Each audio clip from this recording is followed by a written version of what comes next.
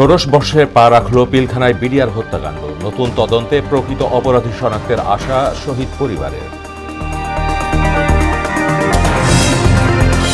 নাগরিক কমিটির নতুন রাজনৈতিক দলের আত্মপ্রকাশ শুক্রবার। সামাজিক ন্যায় বিচার ও সুশাসন প্রতিষ্ঠায় কাজ করার অঙ্গীকার। আইন শৃঙ্খলা নিয়ন্ত্রণে রাত থেকেই কঠোর অভিযান বললেন স্বরাষ্ট্র উপদেষ্টা। অপরাধ প্রবণ এলাকায় যৌথ বাহিনীর টহল, জানালেন প্রেস সচিব। এবং অক্টোবরের মধ্যে তাফসিল ঘোষণার ইঙ্গিত সিইসি। ভোটাধিকার প্রতিষ্ঠা হলেই দেশে গণতন্ত্র ফিরবে, মন্তব্য তারেকের।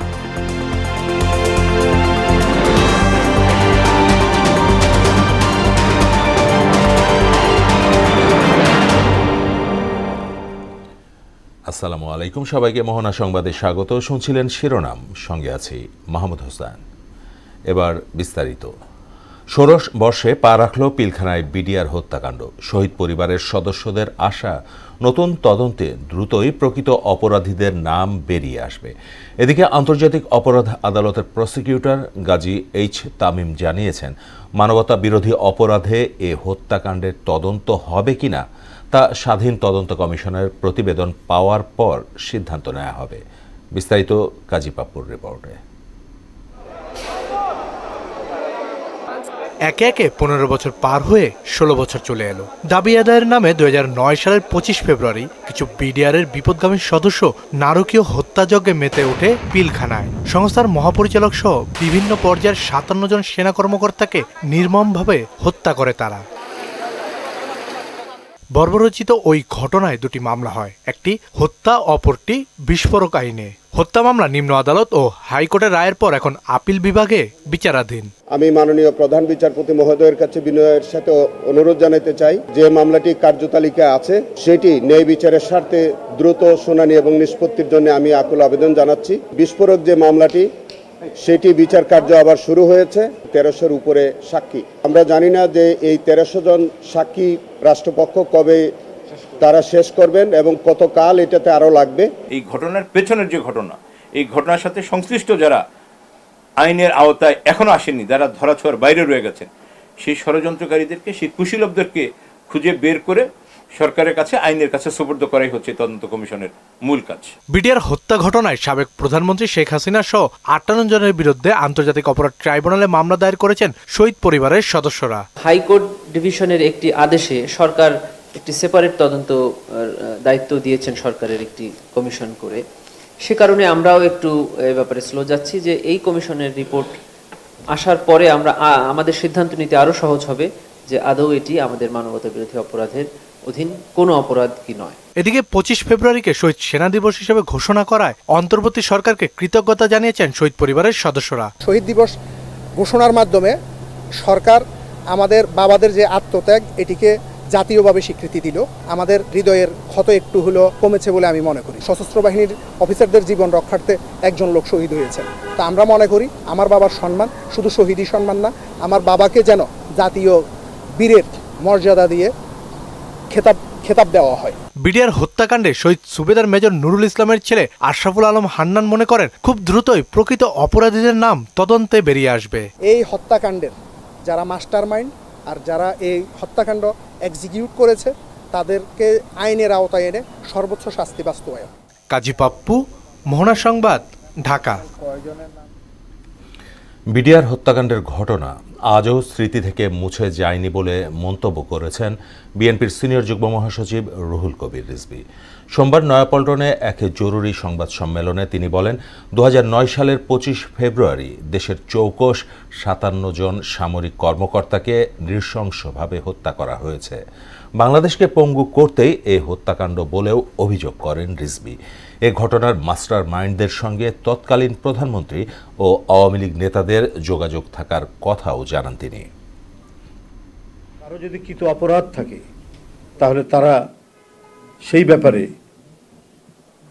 নানা ধরনের গড়িমসি করে, সেটিকে আলোচনায় আনতে চায় না। সেটা শেখ হাসিনার আমলে সেটিই ঘটেছে।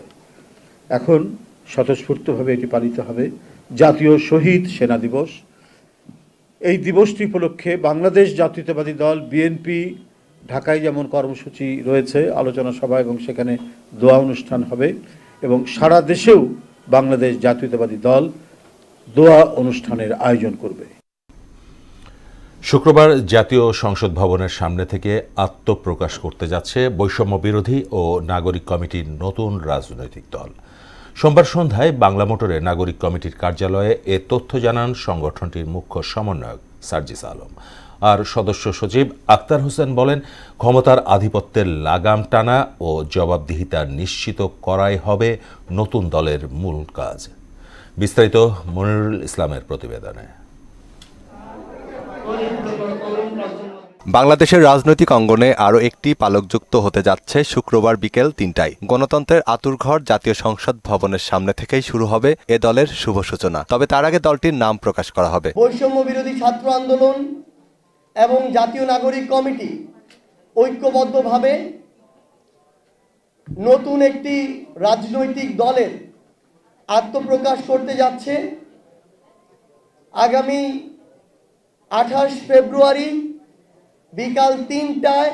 দলটির অংশীজন ছাত্র জনতা সবাই, তাই 15 দিন ধরে দেশজুড়ে একটি জরিপ পরিচালনা করে জাতীয় নাগরিক কমিটি। আপনার চোখে নতুন বাংলাদেশ শীর্ষক এ জরিপে অংশ নেন 2 লাখেরও বেশি মানুষ। সুশাসন প্রতিষ্ঠার পাশাপাশি সামাজিক ন্যায় বিচার এবং বৈষম্য নিরসনের কথাই বলেছেন অধিকাংশ মানুষ। সবার জন্য সমান সুযোগ তৈরি করার কথা বলেছেন, অর্থনৈতিক সমৃদ্ধি, সকল ধরনের বৈষম্য হ্রাস করে এবং কর্মসংস্থান সৃষ্টি করে দেশের বেকার যে সমস্যা আছে সেই সমস্যা দূরীভূতকরণের কথা বলেছেন। রাষ্ট্রীয় সকল ধরনের প্রতিষ্ঠান এবং নীতিগুলোতে জনবন্ধক নীতি প্রণয়নের মধ্য দিয়ে সংস্কার সাধনের কথা মানুষের প্রত্যাশার মধ্যে, মানুষের পরামর্শের মধ্যে এসেছে। আর সার্জিস আলম বলেন, এ দলে ব্যক্তি স্বার্থ, গোষ্ঠী ও দলীয় স্বার্থের ঊর্ধ্বে দেশের স্বার্থই প্রাধান্য পাবে। হাজারো রক্তাক্ত লাশের উপরে যে নতুন বাংলাদেশ এসেছে, এই নতুন বাংলাদেশে আমরা যে রাজনৈতিক দলটি করতে যাচ্ছি, এখানে ব্যক্তি স্বার্থ, গোষ্ঠী স্বার্থ, দলীয় স্বার্থের ঊর্ধ্বে বাংলাদেশের মানুষের স্বার্থ, বাংলাদেশের স্বার্থ প্রাধান্য পাবে। সংবাদ সম্মেলনে বৈষম্য বিরোধী ছাত্র আন্দোলনের মুখ্য সংগঠক আব্দুল হান্নান মাসুদ ও সমন্বয়ক আরিফ সোহেল সহ অন্যান্যরা উপস্থিত ছিলেন। মনিরুল ইসলাম, মোহনা সংবাদ, ঢাকা।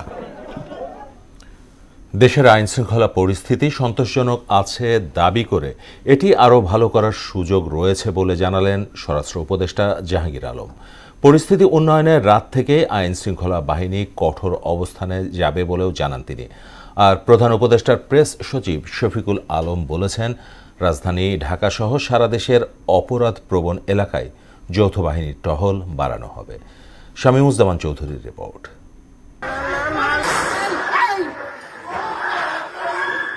রোববার রাতে বনশ্রী এলাকায় নিজ বাসার সামনে এক স্বর্ণ ব্যবসায়ীকে গুলি করে 200 ভরি স্বর্ণ এবং নগদ 1 লাখ টাকা ছিনিয়ে নেয় দুর্বৃত্তরা। এর আগে গত 17 ফেব্রুয়ারি রাতে ঢাকা থেকে রাজশাহী চলন্ত বাসে ডাকাতি ও নারী যাত্রীকে শ্লীলতাহানির ঘটনা ঘটে। এর বাইরে সম্প্রতি দেশ জুড়ে চুরি, ছিনতাই, ডাকাতির মতো ঘটনা অহরহই ঘটছে। সার্বিক বিচারে ঢাকাসহ সারা দেশে আইন শৃঙ্খলা পরিস্থিতি অবনতি হওয়ায় শিক্ষার্থী বিভিন্ন সংগঠন রাজপথে নেমেছে। আইন শৃঙ্খলা পরিস্থিতি নিয়ন্ত্রণে ব্যর্থতার অভিযোগে দাবি ওঠে স্বরাষ্ট্র উপদেষ্টার পদত্যাগের।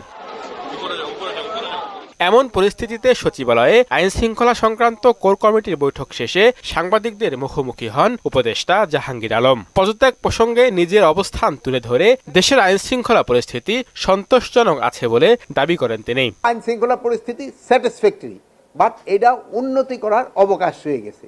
কিন্তু এখন হলো কি, যেমন আগে হতো কি, যেমন ধরেন গতকালকের যে ইসের ঘটনাটা, এই যে বনশ্রীতে, এটা হয়তো আমাকে জানতে 2 দিন সময় লেগে যেত।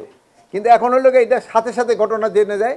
এই জন্য আমরা ভাবতেছি যে বুঝি আইন শৃঙ্খলা পরিস্থিতি বুঝি একটা খুব বড় ধরনের কোনো রকম হয়ে গেছে। ভবিষ্যতে যেন না ঘটে, এই জন্য আমরা কি কি ব্যবস্থা নেওয়া যায় এই ব্যাপারে আমাদের আলোচনা হয়েছে। পদত্যাগের দাবি আমার হয়, আপনি তো মাত্র কইছেন পদত্যাগ, আমার তো কৌশলিকা হয়েছে, আমার দাফনও তো হয়ে গেছে, আমার কি এই পদত্যাগটা তো কম হয়েছে, আমার তো এই জানাজাও হয়ে গেছে। এই স্বরাষ্ট্র মন্ত্রণালয়ে চাকরি করার পরে হলো কি, জীবিত থাকা অবস্থায় জানাজার সওয়াব পেয়েছি। ব্রিফিংয়ে প্রধান উপদেষ্টার প্রেস সচিব শফিকুল আলম বলেন, অপরাধ প্রবণ এলাকাগুলোতে যৌথ বাহিনীর টহল আরও বাড়ানো হবে, তল্লাশি করা হবে চেকপোস্ট বসিয়ে। পুলিশ এবং মিলিটারি, অনেক ক্ষেত্রে নেভি, বিজিবি, এরা সবাই একসাথে কম্বাইন্ড পেট্রোল হবে এবং অনেকগুলো জায়গায় চেকপোস্টের বসানো হবে। খুব দ্রুতই আইন শৃঙ্খলা পরিস্থিতির বিষয়ে দৃশ্যমান অগ্রগতি দেখা যাবে বলে জানান প্রেস সচিব। আমাদের যারা ইন্টেলিজেন্স উইং আছে, ইন্টেলিজেন্স এজেন্সি আছে, তারা তাদের মতো করে প্রচুর ইন্টেলিজেন্স গ্যাদারিংটা আরো বাড়াবেন। শামীমুজ্জামান চৌধুরী, মোহনা সংবাদ, ঢাকা। কক্সবাজারে বিমান বাহিনীর ঘাঁটিতে গুলিতে যুবক নিহতের অভিযোগকে অপপ্রচার বলে জানিয়েছেন আন্তঃবাহিনী সংযোগ পরিদপ্তর আইএসপিআর। সোমবার বিকেলে এক সংবাদ বিজ্ঞপ্তিতে এ তথ্য জানানো হয়। এতে বলা হয়, বিমান ঘাঁটিতে হামলা চালায় দুর্বৃত্তরা। মোটরসাইকেলের কাগজপত্র না থাকায় বিমান বাহিনীর চেকপোস্টে এক স্থানীয় বাসিন্দাকে জিজ্ঞাসাবাদের জন্য বিমান ঘাঁটির ভেতরে নিয়ে যাওয়া হয়। এ সময় সমিতিপাড়ায় 2 শতাধিক লোক ঘাঁটির দিকে অগ্রসর হলে বিমান বাহিনীর সদস্যরা বাধা দেয়। এক পর্যায়ে বিমান বাহিনীর সদস্যদের সঙ্গে কিছু দুষ্কৃতিকারীর সংঘর্ষ বেঁধে যায়। এ সময় দুর্বৃত্তদের ছোড়া ইটপাটকেলের আঘাতে কয়েকজন আহত হন, যার মধ্যে বিমান বাহিনীর 4 সদস্য রয়েছেন। এ ঘটনায় শিহাব কবির নাহিদ নামের এক যুবককে গুরুতর আহত অবস্থায় বিমান বাহিনীর গাড়িতে করে স্থানীয় হাসপাতালে নেয়ার পর মৃত্যুবরণ করেন। দেশের বর্তমান পরিস্থিতিতে সেনা সদস্যদের অতিরিক্ত বল প্রয়োগ না করার আহ্বান জানিয়েছেন সেনাপ্রধান জেনারেল ওয়াকারুজ্জামান। তিনি বলেন, নির্বাচিত সরকার দায়িত্ব গ্রহণ না করা পর্যন্ত ধৈর্যের সঙ্গে কাজ করতে হবে। সোমবার সাভার ক্যান্টনমেন্টে ফায়ারিং প্রতিযোগিতায় বিজয়ীদের মাঝে পুরস্কার বিতরণ অনুষ্ঠানে যোগ দিয়ে কথা বলেন তিনি। সেনাবাহিনী দেশের শান্তি শৃঙ্খলা রক্ষায় কাজ করে যাচ্ছে বলেও জানান সেনাবাহিনী প্রধান। শৃঙ্খলা রক্ষার কাজে আমরা ব্যস্ত। দেশ ও জাতির জন্য এই কাজটা আমাদের করে যেতে হবে। আমি প্রথমে মনে করেছিলাম আমরা খুব তাড়াতাড়ি এই কাজটা শেষ করে সেনানিবাসে ফেরত আসতে পারবো, কিন্তু কাজটা দীর্ঘায়িত হচ্ছে। আমি জানি যে আমরা বহুদিন ধরে এই কাজটা করে যাচ্ছি, তো ধৈর্য রাখতে হবে এবং প্রফেশনালিজমের মাধ্যমে। দেশ পরিচালনায় কিছু কিছু ক্ষেত্রে ব্যর্থতার কথা স্বীকার করে আইন উপদেষ্টা আসিফ নজরুল বলেছেন, আইন শৃঙ্খলা পরিস্থিতি নিয়ে আত্মতুষ্টির সুযোগ নেই। সোমবার রাজশাহীতে বিচার বিভাগ ও প্রশাসনের কর্মকর্তাদের নিয়ে আইন শৃঙ্খলা বিষয়ক এক কর্মশালায় তিনি একথা বলেন।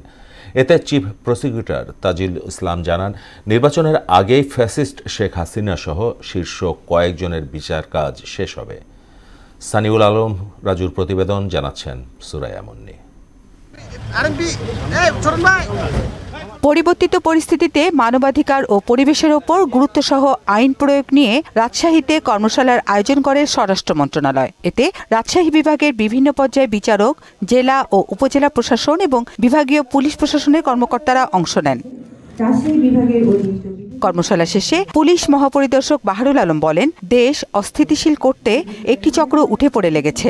মানবাধিকার রক্ষা করেই এদের কঠোর হস্তে দমন করা হবে। একটা গোষ্ঠী চাচ্ছে না এই গভর্নমেন্টের যেটা কমিটমেন্ট, আমরা হিউম্যান রাইটসের প্রত্যেকটা অ্যাসপেক্ট অবজার্ভ করেই আমরা অপরাধ নিয়ন্ত্রণে আনব। আইন শৃঙ্খলা পরিস্থিতি নিয়ে আত্মতুষ্টির সুযোগ নেই স্বীকার করে আইন উপদেষ্টা আসিফ নজরুল বলেন, বিপ্লবের পর পরিবর্তিত পরিস্থিতিতে শাসন কাজ পরিচালনা করা কঠিন। আইন শৃঙ্খলা পরিস্থিতি মানে এরকম না যে আমাদের এখানে খুব আত্মতুষ্টির স্কোপ আছে, আমাদের আত্মতুষ্টির স্কোপ নাই। ধ্বংস হয়ে যাওয়া প্রতিষ্ঠান নিয়ে কাজ শুরু করেছি, এটা একটা বড় চ্যালেঞ্জ। আবার এখানে আপনারা জানেন যারা পতিত ফ্যাসিস্ট শক্তি আছে, এরা তো আপনার কিছু লোক পালিয়েছে, মেজরিটি তো দেশে থেকে গেছে এবং তাদের হাতে হাজার হাজার কোটি টাকা। এগুলি তো বানানো কথা না, আপনারা জানেন। টাকা থাকলে এবং বদমতলব থাকলে অনেক আইন শৃঙ্খলা পরিস্থিতি নষ্ট করার মতো অনেক কিছু করা যায়। চিফ প্রসিকিউটর তাজুল ইসলাম বলেন, জুলাই গণ অভ্যুত্থানে মানবতা বিরোধী অপরাধীদের বিচারের কিছু রায় হলে অনেকের লাফালাফি বন্ধ হবে। যারা এই হত্যাকাণ্ড করেছে তাদের ব্যাপারে প্রতিশোধের স্পৃহা কাজ করে। বিচার যখন হবে তখন কিন্তু প্রতিশোধের আগুন নিভতে শুরু করবে, সোসাইটির সামনের দিকে রান করতে শুরু করবে এবং ভবিষ্যতে কেউ এই ধরনের অপরাধ করতে আর সাহসী হবে। গেল 15 বছরে যারা দেশকে বধ্যভূমিতে পরিণত করেছে তাদের বিরুদ্ধে যথেষ্ট তথ্য প্রমাণ হাতে এসেছে জানিয়ে চিফ প্রসিকিউটর বলেন, যে কোনো অপরাধের বিচার নিশ্চিত হলে মানুষের মধ্যে প্রতিশোধ পরায়ণতা কমে আসে। ডকুমেন্টের প্রশ্ন আছে, বিভিন্ন কল রেকর্ড আছে, সিসিটিভি ফুটেজ আছে। সুরাইয়া মুন্নি, মোহনা সংবাদ। সব কাজ করার জন্য যতটুকু ডিসেম্বরের মধ্যে জাতীয় নির্বাচন আয়োজনে সার্বিক প্রস্তুতি নিচ্ছে কমিশন। এ লক্ষ্যে অক্টোবরের মধ্যে তফসিল ঘোষণার সম্ভাবনার কথা জানিয়েছেন প্রধান নির্বাচন কমিশনার এএমএম নাসির উদ্দিন। সোমবার রাজধানীর আগারগাঁয়ে নির্বাচন কমিশন বিটে কর্মরত সাংবাদিকদের সংগঠন RFEDর সংবর্ধনা অনুষ্ঠানে এসব কথা বলেন তিনি। মাহবুব হাসান রিপনের প্রতিবেদন। নির্বাচন কমিশন বিটে কর্মরত সাংবাদিকদের সংগঠন RFED নবনির্বাচিত কার্যনির্বাহী কমিটির দায়িত্ব গ্রহণ ও বিদায়ী কমিটির সংবর্ধনার আয়োজন করা হয় আগারগাঁওয়ের ইটিআই ভবনে। নির্বিঘ্নে নির্বাচন কেন্দ্রিক সংবাদ সংগ্রহের সুযোগ চেয়েছেন সাংবাদিকরা। নির্বাচন কমিশনের সঙ্গে সাংবাদিকদের যে সম্পর্কটা সেটি অনেকটা একে অপরের পরিপূরকের মতো, কিন্তু আমরা বিগত দিনে দেখেছি যে নির্বাচন কমিশনের কর্মকর্তাদের কমিশন থেকে এভাবে বলা হতো যে সাংবাদিকদের সাথে কথা বললে তার বিরুদ্ধে ব্যবস্থা নেওয়া হবে। একটা ভালো ইলেকশনের যে সুনাম আপনারা পেতে চান সেটা আপনারা পেতে পারেন। পেশাগত কাজের মান উন্নয়ন, পেশাগত কাজের পরিসর বাড়ানোর জন্য আমরা যত সম্ভব চেষ্টা করেছি। প্রধান নির্বাচন কমিশনার বলেন, ঐকমত্য কমিশনের মেয়াদ নিয়ে দোটানা থাকলেও ডিসেম্বরের মধ্যে জাতীয় নির্বাচন আয়োজনে জোরে সোরে প্রস্তুতি শুরু করেছে কমিশন। Can we really wait 6 months? কারণ আমাদের যদি বলা হয় যে আমরা মাইনর মিনিমাম রিফর্ম করে ডিসেম্বরে ইলেকশন করতে চাই, তাই দেখে আমাদের তো 6 মাস বসে থাকার আর সুযোগ নাই। ডিসেম্বর হোক আর আগামী বছর হোক, আমরা আর্লিয়েস্টটাকে ধরে নেই, কারণ আমাদের প্রস্তুতি দরকার আছে। আমরা জোরে সোরে প্রস্তুতি শুরু করেছি। এই ক্ষেত্রে 64 লাখ নতুন ভোটার যুক্ত হবার সম্ভাবনার কথা জানিয়ে তিনি বলেন, ভোটার তালিকা চূড়ান্ত হবে জুন মাসের শেষে। ভোটার লিস্ট আমার ফাইনাল হবে আমাদের প্ল্যান অনুযায়ী জুন মাসের শেষে। মাহবুব হাসান রিপন, মোহনা সংবাদ, ঢাকা। ভোটাধিকার প্রতিষ্ঠিত করতে পারলেই দেশে গণতন্ত্র ফিরবে বলে মন্তব্য করেছেন বিএনপির ভারপ্রাপ্ত চেয়ারম্যান তারেক রহমান। আর দলের মহাসচিব মির্জা ফখরুল ইসলাম আলমগীর বলেছেন, গণতন্ত্র সুসংহত করতে সব রাজনৈতিক দলের একসঙ্গে কাজ করার বিকল্প নেই। খুলনা ও ধামরাই প্রতিনিধির সহায়তায় আমার তৈরি একটি রিপোর্ট। খুলনা সার্কিট হাউস মাঠে মহানগর বিএনপির দ্বিবার্ষিক সম্মেলনে লন্ডন থেকে ভার্চুয়ালি যুক্ত হন দলের ভারপ্রাপ্ত চেয়ারম্যান তারেক রহমান। স্বৈরাচাররা দেশের সবকিছু লুটপাট করে পালিয়েছে উল্লেখ করে তিনি বলেন, বাক স্বাধীনতা আর রাজনৈতিক অধিকারের জন্য দেশের বহু মানুষ গুম খুনের শিকার হয়েছে। গণতান্ত্রিক অধিকার, কথা বলার অধিকার, রাজনৈতিক অধিকার, অর্থনৈতিক অধিকার প্রতিষ্ঠার জন্য আমাদের শত হাজারো নেতা কর্মী গুম হয়েছে, খুন হয়েছে। আমরা যদি ভোটের অধিকারকে প্রতিষ্ঠিত করতে পারি বাংলাদেশের মানুষের, তাহলেই আমরা বাংলাদেশকে যেই সর্বনাশের যেই খাদের কিনারায় বাংলাদেশ চলে গেছে সেখান থেকে ধীরে ধীরে আমরা উঠিয়ে আনতে সক্ষম হব। এদিকে দ্রব্যমূল্য সহনীয় রাখা ও নির্বাচনী রোডম্যাপ ঘোষণা সহ বিভিন্ন দাবিতে ঢাকার ধামরাইয়ে বিএনপির সমাবেশে যোগ দেন দলের মহাসচিব মির্জা ফখরুল ইসলাম আলমগীর। গণতন্ত্র সুসংহত করতে সব রাজনৈতিক দলকে একসঙ্গে কাজ করার আহ্বান জানান তিনি। আমরা কারোর সঙ্গে ঝগড়া বিবাদ দূরের কথা, আমরা ভালো আচরণ করতে চাই। অন্যান্য রাজনৈতিক দলগুলোর সঙ্গে আমরা একসাথে কাজ করতে চাই এবং লক্ষ্য আমাদের একটাই, যে বাংলাদেশে গণতান্ত্রিক ব্যবস্থা চালু করা। স্থানীয় নির্বাচন আগে দিয়ে দেশকে গৃহযুদ্ধের দিকে ঠেলে না দিতে সরকারের প্রতি আহ্বানও জানান তিনি। অনেক পথ পাড়ি দিয়ে জায়গায় আসতে হয়েছে। মাহমুদ হোসেন, মোহনা সংবাদ। 24-এর গণ অভ্যুত্থানের মাস্টার মাইন্ড নিয়ে বিতর্কের অপচেষ্টা চলছে বলে জানিয়েছেন জামায়াতের সেক্রেটারি জেনারেল মিয়া গোলাম পরওয়ার। সোমবার জাতীয় প্রেস ক্লাবে এক অনুষ্ঠানে তিনি বলেন, 2024-এর ছাত্র আন্দোলনের ইতিহাসের সবচেয়ে জঘন্য স্বৈরশাসকের পতন হয়েছে। বিস্তারিত নাসিমুল বারী সৌরভের প্রতিবেদনে।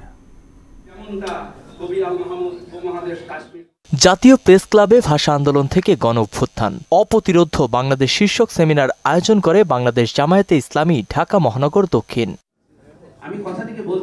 দলটির নেতারা বলেন, নির্বাচনী সংস্কারের পাশাপাশি রাষ্ট্র কাঠামোকে ঢেলে সাজাতে হবে। সংস্কারের আগে নির্বাচন দিলে আবারও ফ্যাসিজম প্রতিষ্ঠা পাবে। প্রতিটি সরকার আসবে আর এই প্রশাসন যন্ত্রকে ব্যবহার করে আবারও তারা ফ্যাসিস্ট হয়ে উঠবে, জনগণের অধিকারকে লুণ্ঠন করবে। এই জন্য এখন চ্যালেঞ্জ হচ্ছে সংস্কার।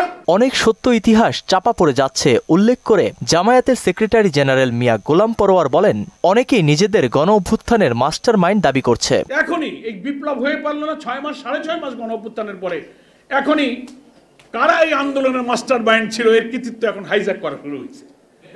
যেসব দলের বড় নেতারা বলে যে না আমরা এই আন্দোলনে ছিলাম না, ভিডিওতে আছে, এই আন্দোলনে ছিলাম, তার ছাত্ররা বলে আমরাই মাস্টার মাইন্ড। কি বলবেন কি আপনি? দেশের মানুষ স্বাধীনভাবে বাঁচতে চায় বলেও মন্তব্য করেন গোলাম পরোয়ার। এই দেশ আমরা কম খাই কম পড়ি, ধনী হই গরিব হই, আমরা আমাদের স্বাধীন সত্তা নিয়ে মাথা উঁচু করে দুনিয়ার সামনে আমরা দাঁড়িয়ে থাকবো। নাসিমুল বারী, সৌরভ, মোহনা সংবাদ, ঢাকা। আমি আমার বক্তব্য শেষ। অর্থ পাচার এবং অপ্রয়োজনীয় প্রকল্প দেশের অর্থনীতিকে পঙ্গু করে দিয়েছে বলে জানিয়েছেন বাণিজ্য উপদেষ্টা শেখ বশিরউদ্দিন। তিনি বলেন, বিগত সময়ে পুরো অর্থনীতিতেই দুর্বৃত্তায়ন হয়েছে। ব্যবসা বাণিজ্যে গতি ফেরাতে উন্নত দেশের সঙ্গে সম্পর্ক জোরদারের পরামর্শ দিয়েছেন সিপিডির চেয়ারম্যান অধ্যাপক রেহমান সুবহান। সোমবার ব্র্যাক সেন্টারে সিপিডি আয়োজিত সেমিনারে এসব কথা বলেন তারা। আরও জানাচ্ছেন উষা ফেরদাউস। অর্থনীতির পুনর্বিন্যাস বিষয়ে টাস্ক ফোর্সের সুপারিশ সংক্রান্ত সেমিনার আয়োজন করে সিপিডি। ব্র্যাক সেন্টারে আয়োজিত 2 দিনব্যাপী অনুষ্ঠানের প্রথম দিনে অংশ নেন অর্থনীতিবিদ, রাজনীতিবিদ সহ বিশিষ্টজনরা। বিশ্ব বাজারে আমাদের প্রতিযোগিতার সক্ষমতা অনেক কিন্তু কমে গেছে। বিএনপি স্থায়ী কমিটির সদস্য আমির খসরু মাহমুদ চৌধুরী বলেন, বাণিজ্যের মাধ্যমে অর্থনীতির গতি ফেরাতে হবে। সাধারণ মানুষের ওপর বাড়তি করের বোঝা কাম্য নয়।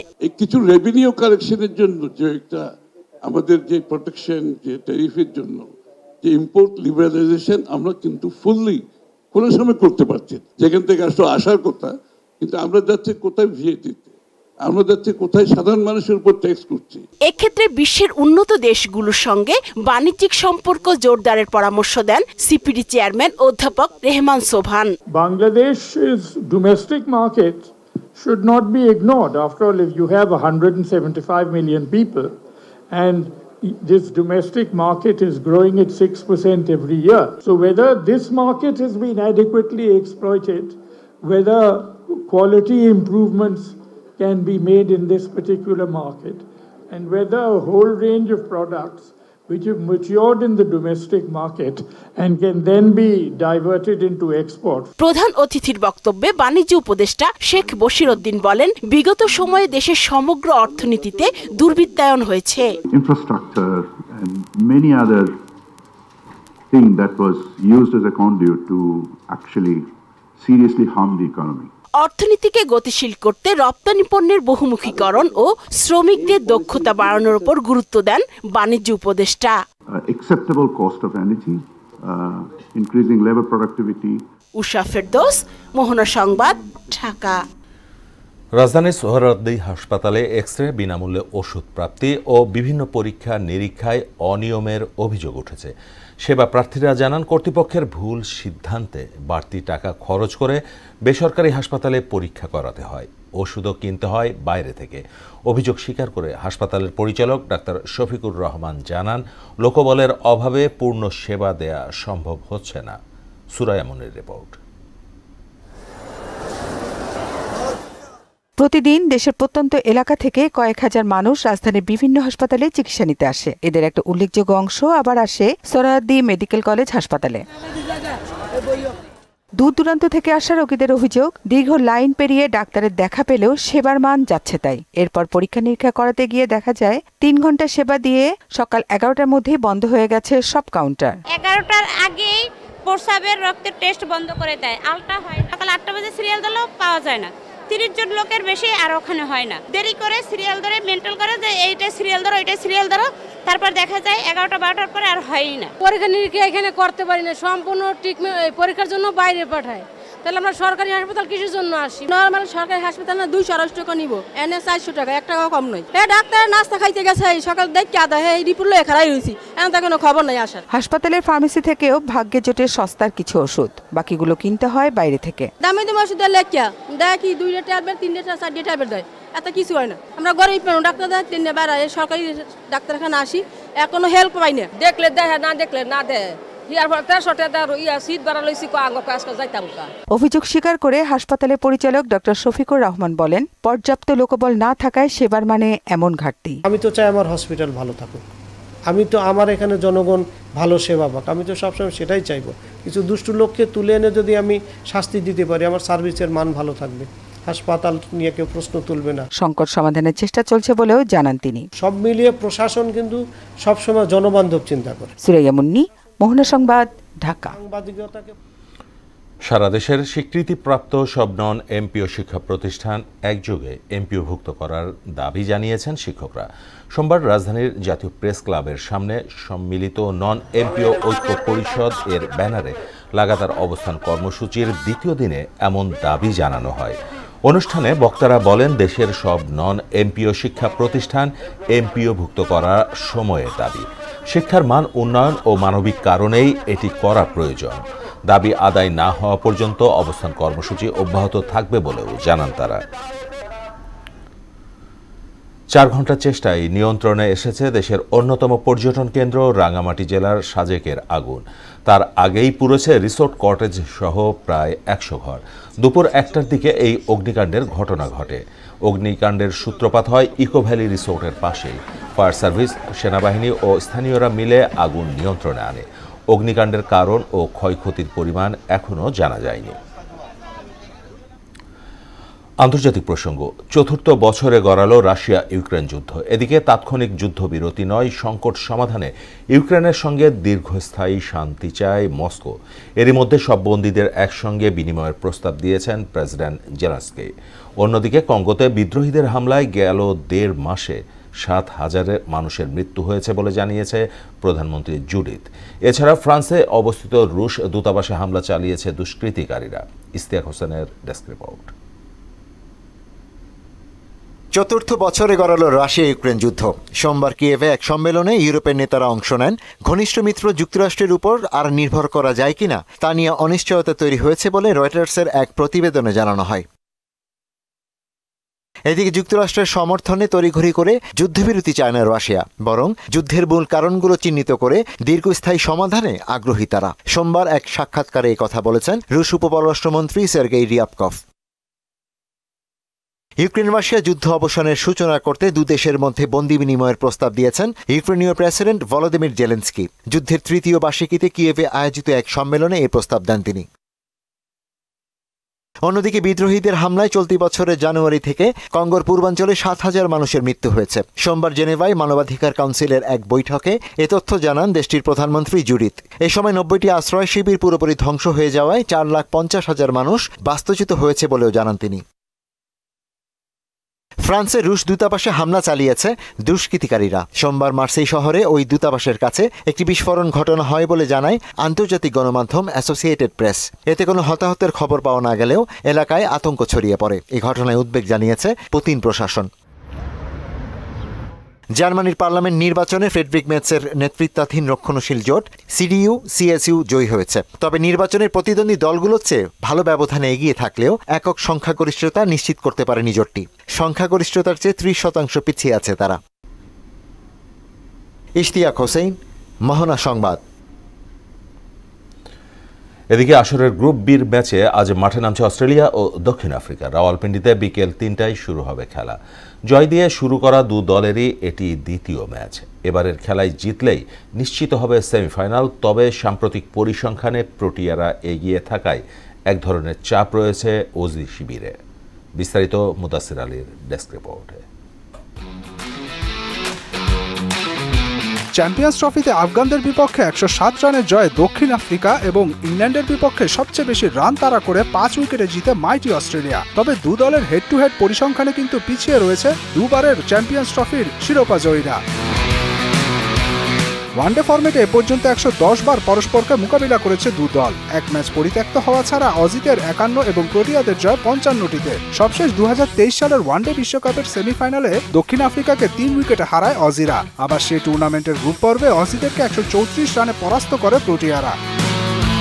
সে বছরই দেশের মাটিতে অস্ট্রেলিয়ার বিপক্ষে 5 ম্যাচের সিরিজে 3-2 ব্যবধানে জিতে প্রোটিয়ারা। চ্যাম্পিয়ন্স ট্রফিতে দক্ষিণ আফ্রিকার দলে হেনরি ক্লাসেনের না থাকাটা অজিদের জন্য কিছুটা স্বস্তিকর, কেননা সে ওয়ানডে সিরিজে চতুর্থ ম্যাচে 83 বলে 174 রানের ঝড়টা তুলেছিলেন কিন্তু হেনরি ক্লাসেন। তবে প্রোটিয়া দলে Marco Jansen, Aiden Markram, Miller, বাবুমাদের মধ্যে যে কেউই অজিতের বিপক্ষে বড় রান গড়ার ক্ষমতা রাখে।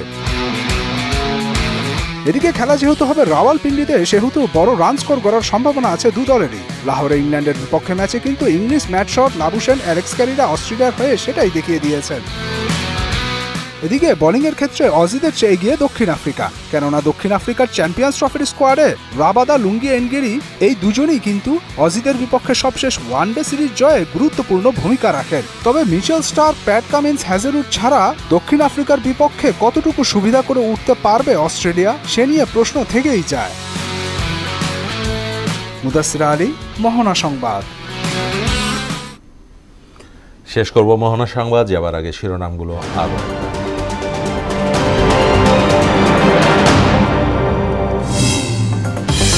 ষোড়শ বর্ষে পা রাখল পিলখানায় বিডিআর হত্যাকাণ্ড। নতুন তদন্তে প্রকৃত অপরাধী শনাক্তের আশা শহীদ পরিবারের। নাগরিক কমিটির নতুন রাজনৈতিক দলের আত্মপ্রকাশ শুক্রবার। সামাজিক ন্যায় বিচার ও সুশাসন প্রতিষ্ঠায় কাজ করার অঙ্গীকার। আইন শৃঙ্খলা নিয়ন্ত্রণের রাত থেকেই কঠোর অভিযান বললেন স্বরাষ্ট্র উপদেষ্টা। অপরাধ প্রবণ এলাকায় যৌথ বাহিনীর টহল, জানালেন প্রেস সচিব।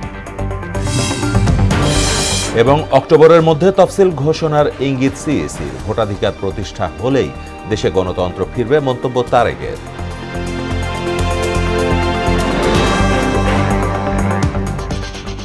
এই ছিল মোহনা সংবাদে। মোহনার সবশেষ খবর জানতে ভিজিট করুন www.mohana.tv। সংবাদ দেখতে পারেন ফেসবুক ও ইউটিউবেও।